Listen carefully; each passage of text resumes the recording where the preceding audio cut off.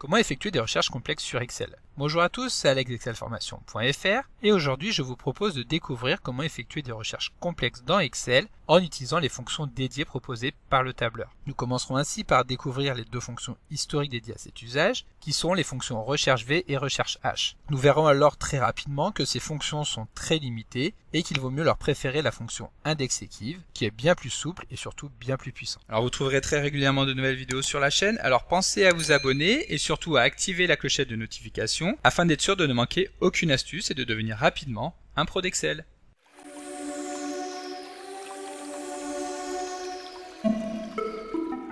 Comme d'habitude, si vous voulez être sûr de bien comprendre tout ce que nous allons voir dans le cadre de cette vidéo, vous pouvez télécharger le support de ce tutoriel ainsi que son corrigé en suivant le lien disponible dans la description de la vidéo, ce qui vous permettra de réaliser les opérations en même temps que moi pour bien assimiler toutes les notions que nous allons voir dans cette vidéo. Alors, si vous vous rappelez bien, dans un précédent tutoriel, nous avons déjà eu l'occasion de découvrir comment effectuer des recherches complexes au sein d'une base de données en utilisant les fonctions dédiées d'Excel, qui sont les fonctions recherche V et recherche H. Nous avions également vu dans ce précédent tutoriel qu'il existe une autre possibilité qui permet également d'effectuer des recherches et qui est encore plus puissante, qui consiste à utiliser un mélange de deux fonctions, cette fois-ci les fonctions index et equiv. Et donc pour ce nouveau tutoriel, nous allons revenir sur ces différentes notions en redécouvrant très rapidement le fonctionnement des fonctions recherche V et recherche H, puis en nous attardant davantage sur la puissance de ce que nous pourrions appeler la fonction indexEquiv. Alors tout d'abord, pour effectuer une recherche verticale, nous allons pouvoir utiliser la fonction recherche V, qui comme son nom l'indique, permet justement d'effectuer une recherche au sein d'une base de données. Alors comprenez par là qu'en partant d'un simple tableau, nous allons chercher à effectuer une recherche sur la première colonne afin d'en extraire la donnée qui va correspondre, qui sera donc située sur la même ligne mais pour une colonne différente. Et donc pour illustrer cette notion, nous allons pouvoir utiliser le tableau de détermination de l'EBE mensuel d'une entreprise que nous avons ici à l'écran. Et nous allons dans un premier temps souhaiter connaître le montant de l'EBE qui correspond au mois de mars. Donc avant de pouvoir le déterminer par une fonction, nous allons le rechercher. La ligne qui correspond au mois de mars est donc ici, et l'EBE est sur la dernière colonne. Le résultat que nous allons vouloir récupérer par une formule est donc 37 757. Pour retenir cette cellule, nous allons tout simplement modifier la couleur de fond, ce qui nous permettra de pouvoir l'identifier rapidement. Alors, comme nous l'avons vu, nous allons ici utiliser la fonction recherche V. Nous tapons le symbole égal, puis nous tapons le nom de la fonction, et ensuite nous double-cliquons sur recherche V. Comme vous pouvez le voir ici, la fonction recherche V attend trois arguments principaux et un argument facultatif. Le premier argument principal est la valeur que nous allons vouloir récupérer au sein de notre tableau. Il s'agit ici du mois de mars, donc que nous pouvons saisir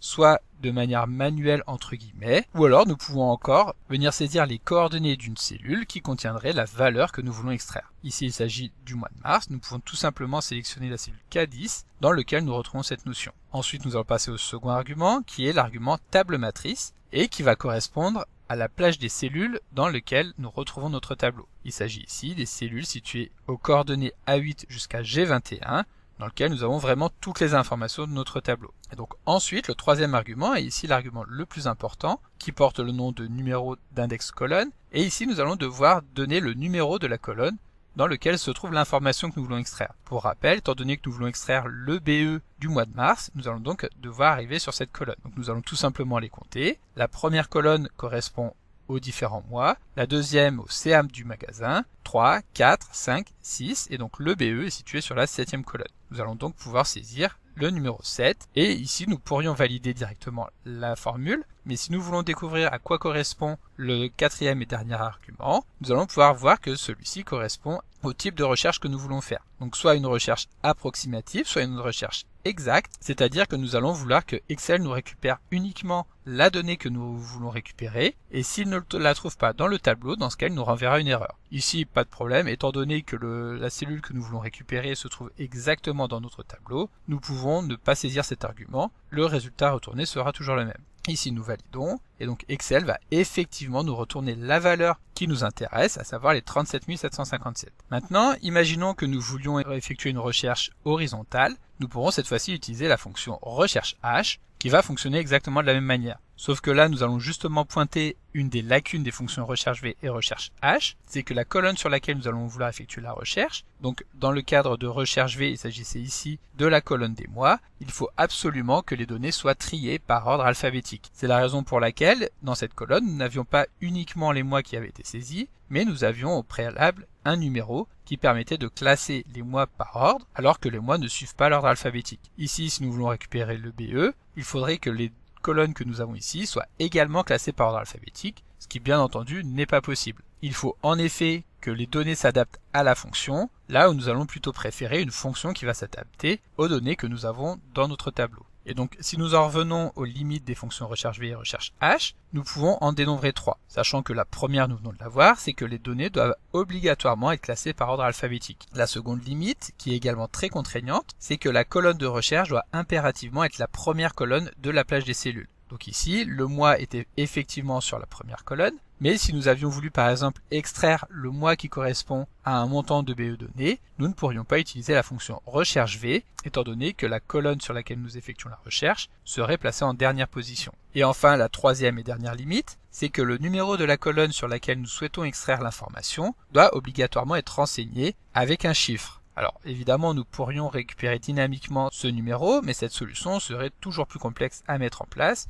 que d'utiliser un index logique tel que par exemple le nom de la colonne. De plus, étant donné qu'il s'agit d'une valeur numérique et non pas d'une référence à une plage des cellules, le fait de modifier la structure du tableau en ajoutant ou en supprimant des colonnes va évidemment fausser le résultat de la fonction. Pour nous en rendre compte, il suffit tout simplement d'ajouter une colonne au milieu de notre tableau pour constater que le résultat retourné par la fonction est maintenant erroné et que celle nous retourne 60 000, qui ne correspond non pas à l'EBE comme nous l'avions calculé juste avant, mais au montant des charges fixes. Donc ici nous allons supprimer la colonne et nous allons maintenant pouvoir découvrir les alternatives à ces fonctions qui seront tout aussi simples à mettre en place mais qui seront bien plus puissantes. La première de ces alternatives est la toute récente fonction recherche X qui est introduite avec Excel 365 mais qui malheureusement n'est pas accessible au plus grand nombre. C'est pourquoi nous allons plutôt nous intéresser à la seconde alternative, qui consiste à utiliser un mélange de deux fonctions, les fonctions index et equiv, et c'est justement ce que nous allons maintenant découvrir. Alors, comme nous venons de le voir, la fonction index-equiv est en fait une combinaison de deux fonctions.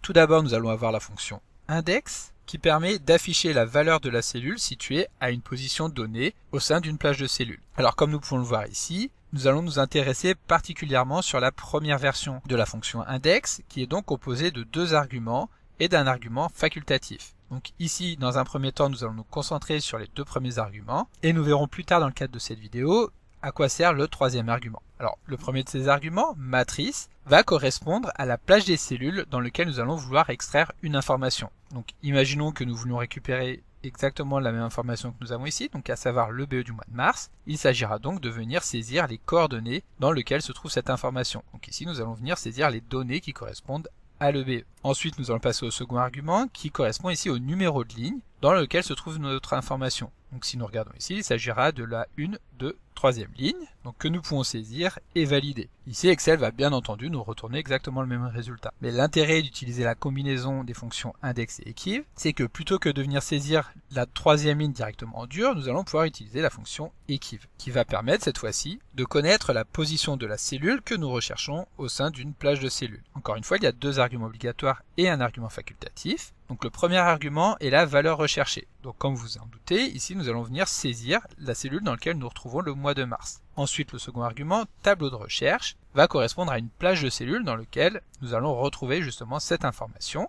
que nous allons donc venir saisir dans notre tableau à partir de la première colonne. Si nous regardons un petit peu la manière dont est faite cette plage de cellules, nous allons donc pouvoir constater que le mois de mars sera sur la 3e ligne, ce qui est justement ce que va renvoyer la fonction equiv. Ensuite, pour terminer, nous passons au troisième argument, qui est le type de recherche que nous voulons effectuer. Et bien entendu, pour pouvoir récupérer une information fiable, nous allons vouloir récupérer la correspondance exacte de cette cellule. Ici, nous venons saisir la valeur 0. Cela étant fait, nous pouvons valider la fonction equiv en fermant la parenthèse et valider également la fonction index en fermant la seconde parenthèse. Suite à cela, nous pouvons valider et bien entendu, Excel va nous retourner le même résultat. Sauf que maintenant, là où cette fonction est très puissante, c'est que nous pouvons sans problème renommer notre colonne dans laquelle nous retrouvons les mois sans nous soucier de savoir si l'ordre alphabétique est respecté. Donc ici, nous allons nous y atteler en saisissant le mois de janvier, le mois de février, et ensuite nous allons pouvoir utiliser la recopie instantanée, ce qui va nous permettre de gagner du temps. Nous nous plaçons sur la poignée de recopie, et à l'aide du double-clic, nous allons donc récupérer les 12 mois. Bien entendu, ici, Excel nous renvoie une erreur également dans le cadre de l'utilisation de la fonction indexEquiv, étant donné que la valeur que nous avons utilisée ne correspond plus à ce que nous avons dans notre tableau. Il suffit de déployer le menu déroulant et de choisir le mois de mars. Ici, Excel va nous renvoyer encore une fois le résultat qui nous intéresse, 37 757, alors que la fonction recherche V que nous avons utilisée juste avant va maintenant nous renvoyer un résultat erroné qui correspond en réalité à l'EBE du mois d'août. En plus de ça, étant donné que pour utiliser la fonction indexEquiv,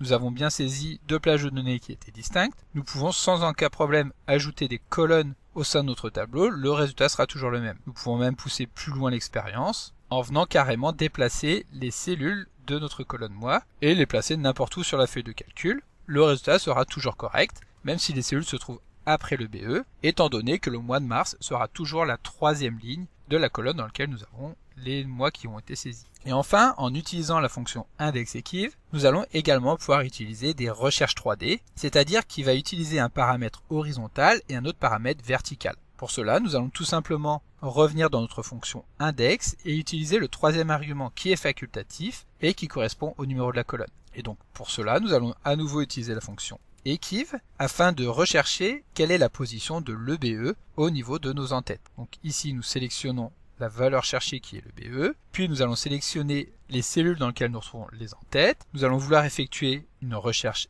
exacte, donc nous allons utiliser le paramètre 0, et ensuite, avant de valider, évidemment, nous allons maintenant devoir modifier la plage des cellules dans lesquelles se trouvent les données. Il ne s'agit plus uniquement de la colonne EBE, mais bien de l'ensemble des données de notre tableau. Pour cela, nous allons tout simplement agrandir la plage des cellules qui correspond, afin d'intégrer les cellules qui correspondent aux coordonnées B9 jusqu'à G20. Ensuite, nous validons. Excel nous retourne toujours le même résultat, mais nous allons pouvoir très simplement modifier les paramètres, donc afin par exemple de récupérer la marge commerciale qui va correspondre au mois de septembre. Excel nous retourne donc un résultat de 121 290 que nous allons évidemment retrouver à l'intersection de la ligne du mois de septembre et de la marge commerciale. Alors attention, la seule contrainte sur laquelle il faut faire très attention, c'est que la taille des plages de cellules que nous allons utiliser pour nos recherches doivent obligatoirement correspondre avec la taille de la base de données. C'est-à-dire que, étant donné que nous avons 12 mois dans notre base, nous devons avoir 12 lignes de sélectionnées dans la matrice de récupération des données, et nous avons 1, 2, 3, 4, 5, 6 colonnes dans nos en-têtes, nous devons donc avoir 6 colonnes dans notre base de données. Alors si nous devions conclure sur l'utilisation de la fonction indexEquiv, nous pouvons nous rendre compte qu'en plus d'être très puissante, cette fonction telle que nous venons de la découvrir ici, permet également de comprendre que parfois nous pouvons détourner Excel de l'usage prévu à l'origine par les développeurs pour arriver à créer des fonctions qui vont être très puissantes et qui vont permettre de réaliser énormément de choses. Donc comme d'habitude, vous pouvez télécharger le support de secours en suivant le lien que vous trouverez dans la description de la vidéo. Si la vidéo vous a plu, n'oubliez pas de la liker et de la partager à vos collègues et amis sur l'ensemble de vos réseaux sociaux. Et vous pouvez également me laisser vos impressions dans l'espace des commentaires, je lirai chacun d'entre eux et y répondrai avec plaisir. Évidemment, si ce n'est pas encore fait, abonnez-vous à la chaîne pour ne manquer aucune astuce. C'est également très important pour m'aider à gagner en visibilité afin de pouvoir développer la chaîne et continuer de vous proposer des tas de nouvelles vidéos. Merci d'avoir suivi cette vidéo et à très bientôt pour un prochain tuto.